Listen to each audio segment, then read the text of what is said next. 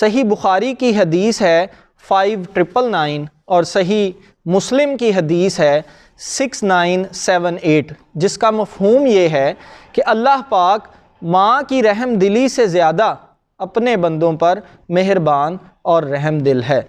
تو غور طلب بات یہ ہے کہ اتنی مہربانی اور رحم دلی کے باوجود اگر اللہ تبارک و تعالیٰ کی ذات انسان کو شیطان مردود سے پناہ نہیں دے رہی، تو اس کا مطلب ہے کہ انسان کے اندر بہت ساری خامیاں جو ہیں وہ موجود ہیں۔ یہاں پر میں آپ کے لیے ایک سوال چھوڑے جا رہا ہوں، کیا ہم نے اپنے اندر ان خامیوں کو کبھی تلاش کرنے کی کوشش کی ہے؟ کیا ہم نے اپنے اندر ان خامیوں کو دیکھا ہے؟ اگر دیکھا ہے تو کیا ان کو ٹھیک کیا ہے؟ یہی وجہ ہے کہ ہمیں شیطان